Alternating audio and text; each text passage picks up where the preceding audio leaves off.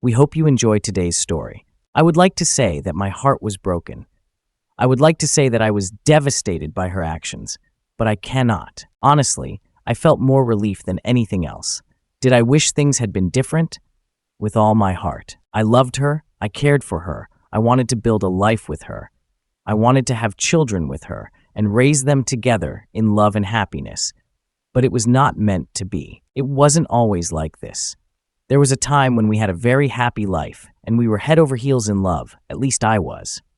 The details of our romance don't really matter, but we met, dated, had fun, and experienced many adventures in several exotic places, and I thought we would spend a long and happy life together.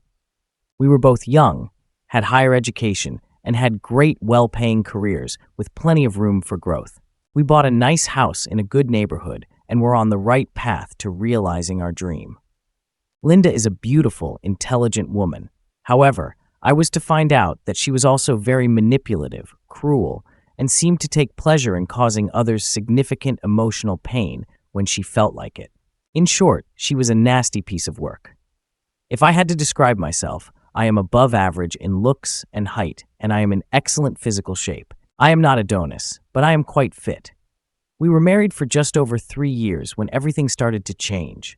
I thought we shared the same values: honesty, consideration, family, and loyalty. Before getting married, we discussed at length how much we valued honesty with each other. We also talked about how loyalty was an absolute necessity in our lives, and that there would be no forgiveness for any act of infidelity.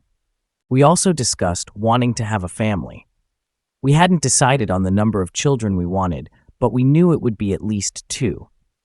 After that, we could decide if we wanted more. Part of choosing a home was the excellent reputation of the schools in our area. Our discussions also touched on when we would start a family. We decided that an ideal option would be to spend about 3 years just by ourselves. We thought this would give us time to establish ourselves in our jobs and also save some money, in case Linda decided not to return to work after the birth of the children. However, when the time came, she wanted to wait a bit longer before stopping birth control. I was okay with this, but she was very vague about when we would start a family.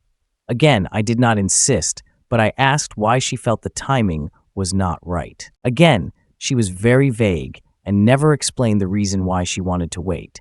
I was disappointed, but did not force the issue.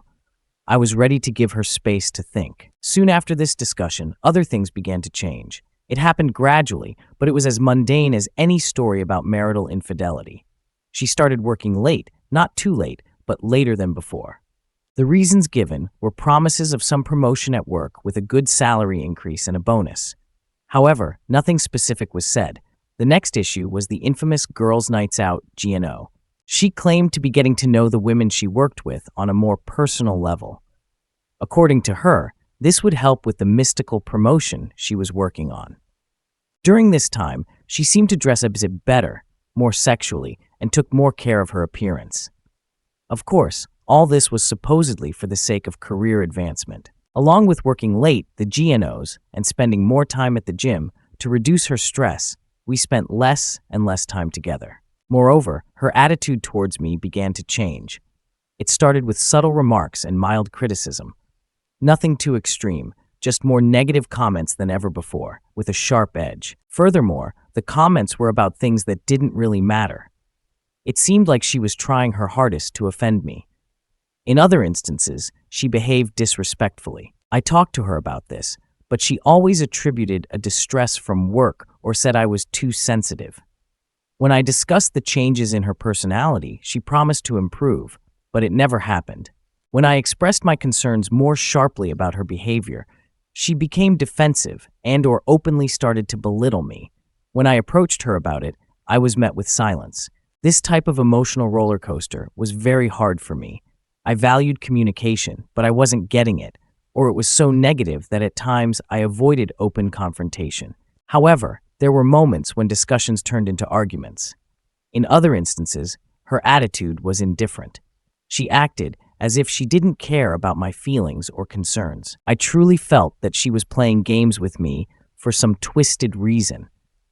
I was still trying to talk to her, trying to make her tell me what was happening. I sent her text messages and emails, sharing my thoughts and feelings. I sent her cards and flowers at work. I tried to arrange romantic dinners. I suggested short trips together. I suggested counseling. I was trying to prevent the catastrophe our marriage was becoming. I repeatedly pointed out the problems as I saw them, but she simply denied that there was a problem, or that I was exaggerating, or she would make promises to improve. But again, she never really tried. At other times, her verbal attacks were very harsh. These personal attacks, especially on deeply personal issues that I had trusted only with her, were very hurtful. Moreover, she accused me of trying to control her, of not wanting her to succeed, etc. All of this was complete nonsense. Instead of seeing the damage she was doing to our marriage and the real troubles we had, she started working even later, rarely had dinner with me. We hardly spent any time together. Some of our friends also saw her in restaurants, clubs, and other places with various groups of people, both men and women. Again, all this was done in pursuit of career advancement. In other instances, she denied being where she was seen. The denials were particularly vigorous when she was seen with another man. Only a blind fool would not understand what was happening. However, after several months of her crappy treatment, lies, deception, and lack of communication, I was ready for a life-changing event that would finally end what had now become a very unhappy marriage. However, instead of one great cataclysm, or finding irrefutable evidence of her infidelity, or catching her in bed with someone else, I came to a very simple realization. Why the hell am I trying to save a marriage with this nasty piece of work? Yes, I consider her treatment of me to be evil. You can't claim to love someone, want to spend your life with them, but then treat them with such open contempt and lack of respect. Moreover, by this time, I had no doubts that she was having an affair. Plus, we hadn't had sex for the last few weeks, and the excuses were unconvincing, so I just stopped trying. Anyway, after my realization, I quickly decided to leave this marriage behind. I found a lawyer and asked to prepare the divorce papers. We had separate accounts and credit cards, but also a joint checking and savings account. I took a fair amount from these accounts and simply transferred my share to a separate account. Each of us had our own 401k in investment accounts, so there was nothing for me to do there. Then, I asked the lawyer to file for the dissolution of the property agreement for the house. I didn't think she would contest the divorce and probably would sign the papers when she received them. The company I worked for was an international conglomerate with offices around the world and numerous representations in the United States. I arranged a transfer to another office on the opposite coast of the United States. I just wanted to start a new life and thought that a change of scenery would be beneficial to me. My parents had passed away, my closest friends were scattered across the country, so again, nothing was holding me back in that city. As soon as the divorce papers were ready, I called Linda and asked her to be home that evening so we could discuss everything. I wasn't going to serve her at work. I planned to deliver the documents in person. She claimed she would be working late, but I told her it was extremely important for our marriage that she be at home so we could talk. Her response was that I was the drama king and she would be home by 9 p.m. and then we might talk, provided she was in the mood and not too tired. I suspected she was probably meeting her lover or someone else, so I arranged and paid extra for the process server to track her down and then serve her wherever she was at 6 p.m. By that time, I had already packed everything that belonged to me into my SUV. Apart from clothes, I didn't really have many personal belongings. I left all the furniture, photos, household items, and small souvenirs that Linda and I had collected throughout our marriage. None of this mattered to me. I made sure that, except for the photos, there were no traces left that I ever lived in that house. I didn't destroy anything in the house or do anything that could cause any dramatic statements. I simply didn't have the energy for it. I also didn't leave her any notes. I had been trying to talk to her for weeks, so I decided the divorce papers would speak loudly enough. Besides, there was nothing more for me to say. At 6:05 p.m., I received a notification from the process server that she had been served at a local restaurant where she was having dinner with some guy. At 6:07 p.m., Linda called me, but I declined the call and then blocked her number. Once again, I had nothing more to discuss with her, so I saw no point in answering the call. Then I got into my SUV and drove away from my hometown. About 10 minutes into the drive, I received a call from an unknown number. It was a crying Linda. She was begging me to talk to her, saying she was on her way home so we could discuss our issues. I just told her to sign the papers and hung up. After that, I didn't answer any more calls. When I got tired, I stopped at a motel and spent the night. The next morning, I checked my phone and saw numerous text messages and voicemails. Most of them were from Linda, using another phone. A few were from her friends and one from her father. Except for her father's voicemail, I deleted them all and blocked the numbers from which the messages came. After eating, I set off, heading to my new job and new home. Then I called her father and had a brief conversation with him. Apparently, Linda was devastated by the divorce and completely shocked. He also claimed that she needed to talk to me and that she would do everything possible to be together again. I simply told him that it was over. I made it clear that I had tried for months to get her to talk to me, but she was not interested in addressing the issues as I saw them. I also told him that I knew about her affair, and that was a deal breaker for me. He asked for proof, but I told him I didn't have photos or anything like that, and I hadn't looked for any. Her lies and deceit, combined with disrespect and lack of communication, had made me lose trust in her. I had lost all trust in Linda and had no interest in trying to reconcile. I always got along with him, so I showed him respect by talking to him and letting him try to persuade me to come back. But I said, what's done is done. In the end, he was displeased and started to harbor resentment towards me. Instead of responding in kind, I wished him a good life and hung up the phone. Over the next few weeks, I received numerous calls and text messages from many friends and acquaintances, but I usually didn't respond or responded briefly. They all claimed that Linda was devastated, but I thought she was playing the victim.